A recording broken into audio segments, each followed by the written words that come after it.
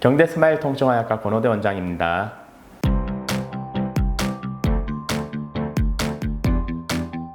여러분은 우리 몸의 근육과 관절이 보내는 통증의 신호에 얼마나 귀를 기울이고 계시나요? 설마 파스한장을 만병통치약으로 생각하고 계신 건 아니겠죠? 근육과 관절의 통증 신호, 무시하면 큰 질환으로 발전할 수 있습니다. 여러분의 소중한 허리, 어깨, 목, 어떤 질환이 있는지 함께 알아보도록 하겠습니다. 아무래도 제일 대표적인 건 추간판 탈출증이겠죠. 디스크라는 것은 뼈와 뼈 사이에 쿠션 역할을 해주는 그런 구조물이라 할 수 있습니다. 겉에는 디스크를 싸고 있는 단단한 섬유 조직의 물질이, 그 안쪽에는 말랑말랑한 젤리와 같은 수액이라는 물질이 들어가 있습니다. 젊었을 때는 디스크 안에 수분이 충분히 많이 함유되어 있습니다. 연령의 증가로 디스크의 퇴행성 변화가 일어나게 됩니다. 그렇게 되면 그 높이도 줄고 공간도 좁아져서 디스크 간격 자체가 좁아지는 상황들이 발생하게 됩니다. 이렇게 되면 약해진 부분으로 디스크가 튀어나오게 되는데, 튀어나온 디스크가 신경을 자극하게 되면 허리 통증이나 다리 저림 등의 증상이 발생하게 됩니다. 약 5도 이상 척추가 휘어져 있으면 척추측만증이라고 합니다. 척추가 휘어져 있어서 자세의 변화로 인해 허리 통증을 유발할 수도 있습니다. 전체 인구의 약 7% 이상이 가지고 있는 아주 흔한 질환이라고 할 수 있습니다.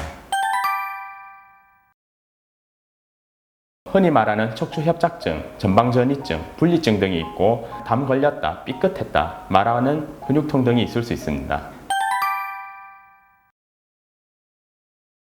척추질환 환자의 약 90% 정도는 비수술적 치료가 가능합니다. 초기에 병원에 오시게 되면 주사치료, 물리치료, 도수치료 등과 같은 비수술적 치료 방법으로 일상생활에 어려움 없이 복귀할 수가 있는데요. 하지만 치료를 놓치게 되어 마비 증세, 배뇨장애와 같은 심각한 장애가 발생한 경우에는 수술적 치료가 불가피할 수도 있어서 꼭 조기에 통증의학과를 방문하셔서 전문의의 정확한 진단을 받고 치료를 받으시는 것이 중요합니다. 고령의 환자도 안전하게 시술받을 수 있는 치료로는 신경차단술이 있습니다. 통증의 원인이 되는 과민해진 신경 주위에 약물을 뿌려주어 염증과 부종을 가라앉힘으로써 통증을 빠르게 개선시켜주는 치료법입니다. 과격한 움직임이나 오랫동안 같은 자세로 있는 것을 아무래도 피해야 합니다. 시술 직후에는 다리에 일시적으로 힘이 빠질 수도 있기에 충분한 시간을 휴식하신 다음 귀가하셔야 하며, 장시간 운전하시는 것도 피해야 합니다.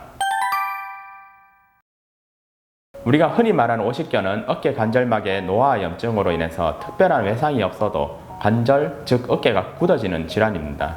오십견, 이것은 증상을 나타내는 표현이고요. 의학적 정확한 명칭은 유착성 관절낭염입니다. 가장 큰 특징은 야간통입니다. 이유는 밤이 되면서 어깨 관절이 수축되기에 팔과 어깨가 더 달라붙게 되는데, 심한 압박을 받게 되고 자극을 받아 통증이 심해지는 것입니다.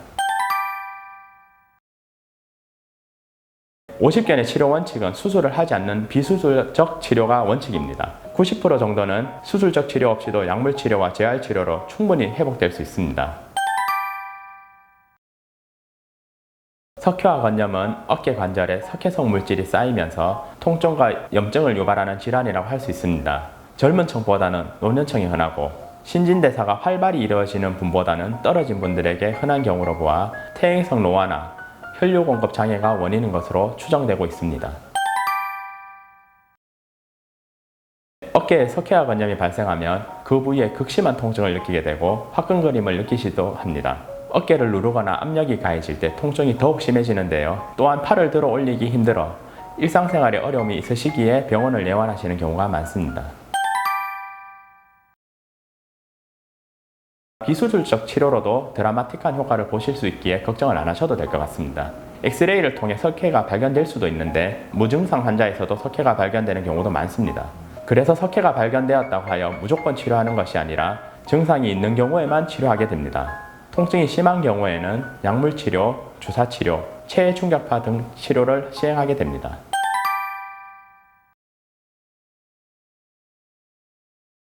팔꿈치를 보시면 바깥쪽 팔꿈치하고 안쪽 팔꿈치가 있습니다. 바깥쪽에 온 것을 테니스 엘보라고 하고, 이곳엔 팔꿈치를 펴는 근육들이 부착하게 됩니다. 안쪽에 온 것을 골프 엘보라고 나누어서 얘기하고요. 안쪽 팔꿈치는 주로 팔꿈치를 굽히는 근육들이 부착하게 되는 부위입니다. 이 근육들이 과사용을 하게 되면 부착부 주위에 염증이 생기게 되고 통증을 일으키게 됩니다. 증상이 심해지면 어깨를 비롯해서 목 주변까지 통증이 번지게 되는데요. 장기간 방치할 경우 삶의 질을 떨어뜨릴 수도 있고 많은 불편함을 느낄 수도 있습니다. 너무 심한 경우가 아니라면 주사요법으로 충분히 호전될 수 있습니다. 프롤로는 인대 재생을 돕는 주사액을 이완된 인대에 직접 주사해 인대를 튼튼하게 만들어주는 원리입니다. 사용되는 주사액은 인체에 무해한 용액이며 치료를 통해 인대가 정상적으로 돌아오면 약해진 근육이 균형을 바로잡게 됩니다. 팔을 잘못 들어 올리시거나 두통, 손이 심하게 저리거나 젓가락질이 힘들어요. 글자를 잘못 써겠어요. 같은 증상을 호소하시는 분이라면 병원을 꼭 내원하셔야 합니다. 네, 우선 저는 환자분들의 질환에 대한 자세한 상담과 관찰을 통해 시술 시에도 초음파 기기를 통해 정확한 부위에 정확한 양의 주사액을 시술한다는 장점을 갖고 접근을 하게 됩니다. 이를 통해 병변 부위의 부작용이나 위험성을 최소화하고 치료 효과의 극대화를 기대할 수가 있습니다. 또한 환자분들께 드리고 싶은 것은 약간의 통증이라도 두려워하시지 말고 시간이 지나면 괜찮아질 거야 참으시지도 말고 병변 발생 초기에 저희 통증의학과를 내원하시면 친절하고 정확한 상담을 통해 환자분들에게 질적으로 높은 생활을 해나가실 수 있도록 도와드릴 것을 약속드립니다.